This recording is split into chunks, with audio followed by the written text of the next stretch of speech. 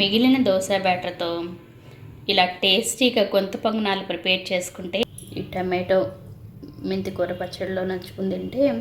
Hi everyone, నమస్తే. నేను Malleswari, SMJ cookery blogs స్వాగతం. ఈరోజు మన వీడియోలో మిగిలిన దోశల పిండితో బ్రేక్ఫాస్ట్ కానీ స్నాక్ ఐటెం కానీ ఎలా ప్రిపేర్ చేసుకోవాలో చూద్దాము.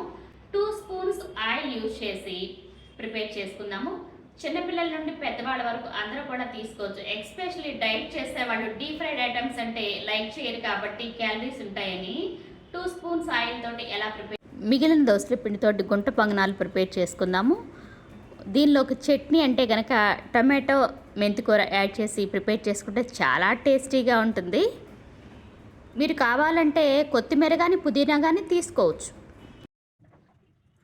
మీకు దోశల పిండి ఏదైనా పల్చగా అనిపిస్తే ఇక్కడ ఉన్న పిండి క్వాంటిటీని బట్టి కొంచెం వరిపిండి కొంచెం మైదా పిండి కూడా యాడ్ చేసుకోవచ్చు. క్యారెట్ ఆప్షనలే, పిల్లలు ఇలా అయితే తినేస్తారు కదా. ఒక పచ్చిమిర్చి యాడ్ చేస్తున్నాను. అల్లం గ్రేట్ చేశాను క్యారెట్ లాగే. అల్లం ముక్కలైతే తీసేస్తారు. అల్లం కూడా డైజెషన్కి చాలా మంచిది. జీలకర్ర ఎలాగో అలాగా. ఆనియన్స్, జీలకర్ర మిక్స్ చేసేసి ఉంచేసుకొని పచ్చడి ప్రిపేర్ చేసుకున్నాము. చూసారా, ఇందాక మీ కన్సిస్టెన్సీ ఇలా వచ్చింది. Oil 1 spoon. ఆయిల్ హీట్ అయిన తర్వాత పచ్చిమిర్చి యాడ్ చేసుకుందాము.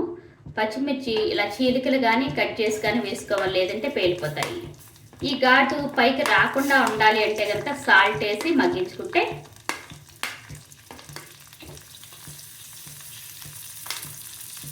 పసుపు, పచ్చిమిర్చి కొంచెం ఫ్రై అయ్యాక టమాటోస్ యాడ్ చేసుకున్నాము. 5 టమాటోస్కి 10 పచ్చిమిర్చి యాడ్ చేసుకున్నాను. మీరు స్పైస్ తక్కువ తినేవాళ్ళు 6 నుండి 8 వేసుకోవచ్చు. టమాటా పచ్చడిని కూడా కొంచెం చింతపండు కడిగేసి యాడ్ చేసుకుంటాం. మీరు 5 టమాటోలకి 6 పచ్చిమిర్చి తీసుకున్నప్పుడైతే చింతపండు అవసరం లేదు. వీడియోలో చూపించిన విధంగా టమాటోస్ ఇలా మగ్గిన తర్వాత శుభ్రం చేసి ఉంచుకున్న మెంతి కూర యాడ్ చేసుకుని స్టవ్ ఆఫ్ చేసుకోవచ్చు. టైం తక్కువ ఉన్నప్పుడు ప్లేట్లోకి ట్రాన్స్ఫర్ చేసుకుంటే త్వరగా కూల్ అవుతుంది గ్రైండ్ చేసుకోవడానికి. రోటి పచ్చళ్ళలో మస్ట్ అండ్ షుడ్గా జీలకర్ర, వెల్లుల్లి పచ్చిది యాడ్ చేసుకుని టేస్ట్ చాలా బాగుంటుంది. జార్లో వెల్లుల్లి, జీలకర్ర యాడ్ చేద్దాము.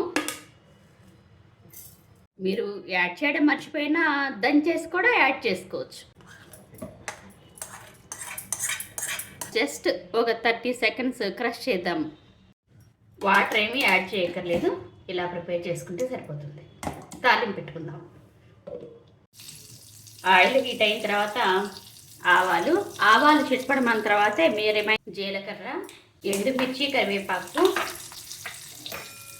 నేను ఇంగువ యాడ్ చేస్తాను చిటికడు. మీకు ఇష్టం లేకపోతే స్కిప్ చేసేయచ్చు.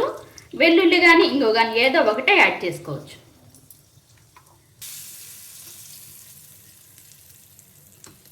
టేస్టీ అండ్ హెల్దీ టమాటో మెంతికూర పచ్చడి రెడీ అయిపోయింది. చూస్తుంటేనే తినాలనిపిస్తుంది కదా. రైస్, రోటీ, చపాతీల్లో కూడా చాలా బాగుంటుంది, ఇడ్లీ దోశకి కాకుండా. గుంట పొంగనాలు ప్రిపేర్ చేసుకోవడానికి వీడియోలో చూపిస్తున్న విధంగా పాన్లో ఆయిల్ యాడ్ చేసి టోటల్గా స్ప్రెడ్ చేసేయాలి. పాన్ని ముందుగా హీట్ చేస్తే మనకి 6 మినిట్స్లోనే పొంగనాలు రెడీ అయిపోతాయి. మళ్ళీ మిక్స్ చేసుకొని అల్లం మాత్రం స్కిప్ చేయొచ్చు, చాలా టేస్ట్ బాగుంటుంది.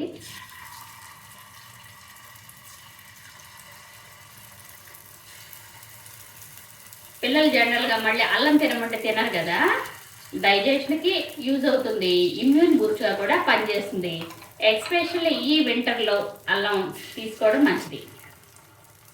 కాకు కోల్డ్ రాకుండా ఉంటాయి.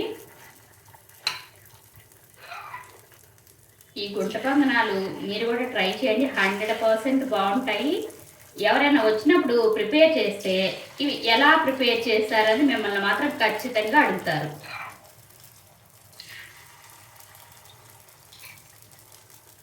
సిమ్లోనే కుక్ చేసుకుందాం. 3 మినిట్స్ తర్వాత సెకండ్ సైడ్ టర్న్ చేయాలి. చూస్తేనే ఫ్లఫీగా బుట్ట కేకుల్లా కనిపిస్తున్నాయి కదా. పిండి పులిసింది కదా.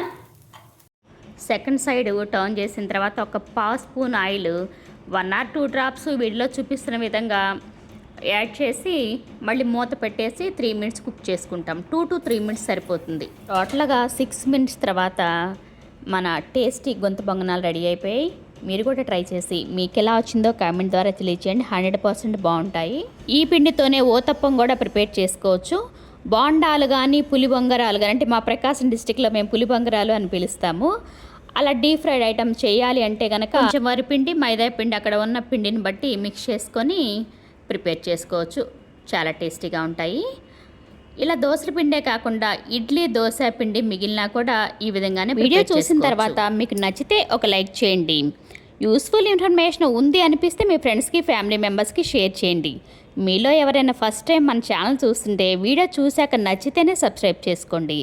ఇంకా గుంట పొంగనాలు తయారీ విధానంలో మీకు తెలిసిన టిప్స్ షేర్ చేయండి. అలాగే మిగిలిన దోశ, ఇడ్లీ బ్యాటర్తో ఇంకా ఏం ప్రిపేర్ చేయొచ్చో ఐడియాస్ ఇవ్వండి. Thanks for watching the video. మరో మంచి వీడియోతో మళ్ళీ కలుద్దాం.